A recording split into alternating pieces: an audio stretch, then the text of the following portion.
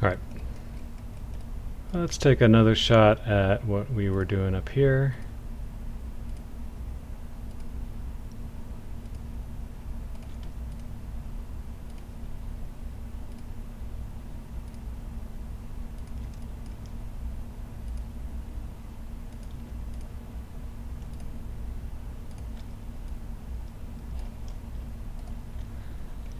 And so speaking of that asymmetry stuff, I probably should have done that right up front as soon as I noticed there was an issue with symmetry. That would have been a good thing to resolve before any of the retop began, because again, it's like you don't necessarily know where the good stuff is versus where the bad stuff is. And if you get into your retop, you just, I don't know, I got kind of lucky. But that's not always going to be the case. I was hoping, speaking of getting lucky, that I would be able to... Actually, I guess I can just... Man, it's so strange. I wonder if it's like a...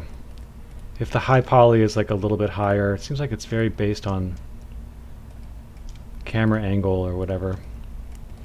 Why that's not working. So I'm going to just try pulling this whole thing out. So that's tab and middle mouse button. And we can just kind of walk that all the way over. That's pretty cool. So, small hassle of retop is definitely made less annoying by the advantage of being able to drag out that whole little section there. So these things don't really take very long at all. Oops.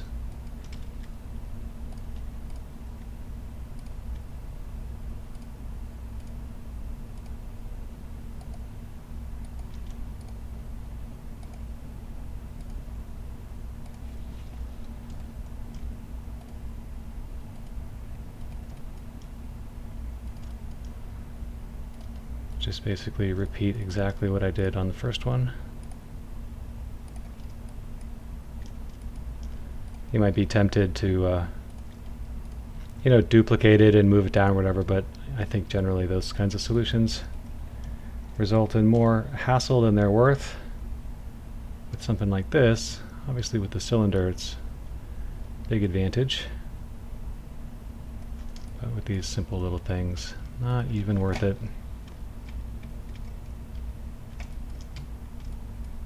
Isn't that funny? Maybe I need to kind of move these a little bit so they have a better understanding. I think probably moving things by just doing that drag out functionality, it may create some intersections with the retop where it goes underneath the surface or something. It just really doesn't. I'm trying to just put a face right there. Oh, that's weird. Okay.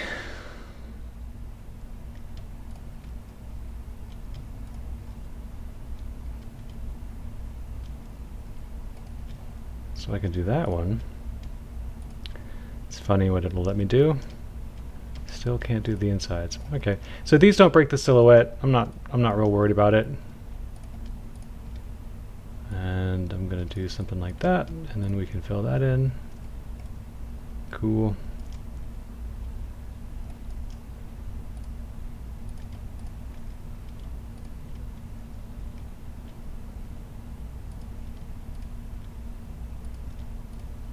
And I think we could probably get away with something fairly simple on this front. We may see a little bit of an artifact in this area, but I think it's worth it to try to be a little bit more aggressive. And I can see I have, this is kind of where that little separation is going to begin.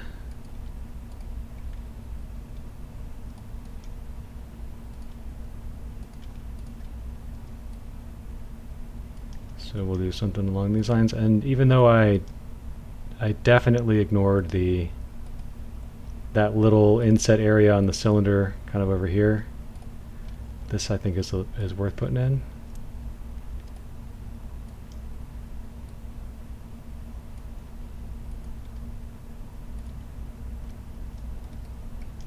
So we're just going to have to sneak in there a little bit.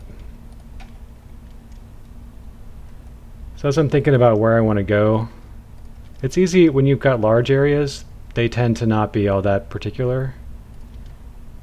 But when you have areas of higher detail, they can kind of dictate what the edge flow has to look like. So it's not a bad idea to prioritize them. And then you just make the large, simpler areas conform to whatever the more detailed area is required.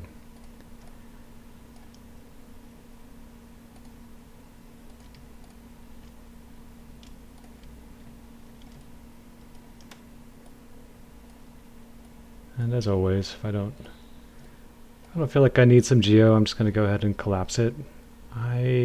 There's not really much happening here, so I think I'm just going to come over here and reduce you a little bit.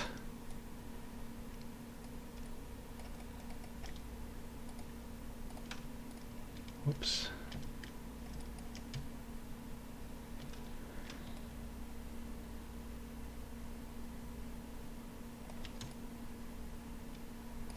Okay.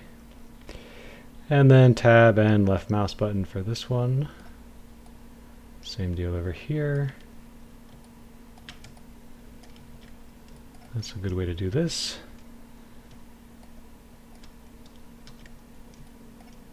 Yikes.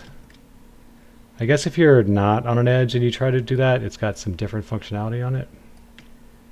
So be aware of that.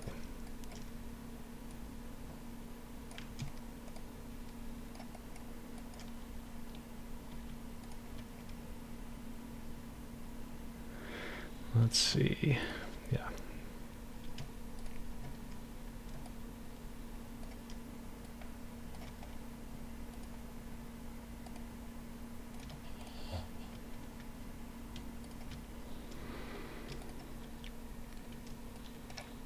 All right, so we have this center line here that is not really contributing much to the silhouette. I do want to keep that stuff there. In fact, I bet I could just get rid of this whole thing.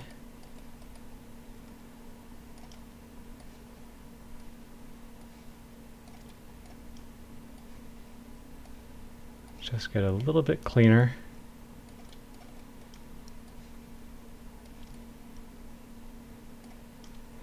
And this is now a quad, so I don't need to have that little weird triangle in there.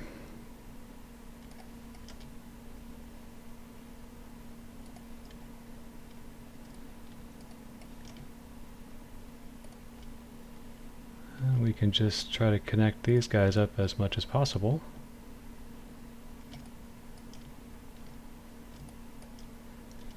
Go ahead and grab the tab key. Whoops.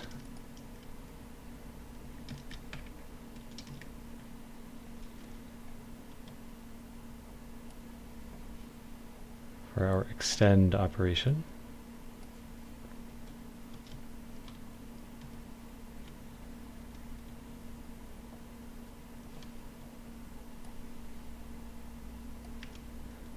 And we are beginning ever so slowly to close in on having this process complete. So we'll pick it up in the next video.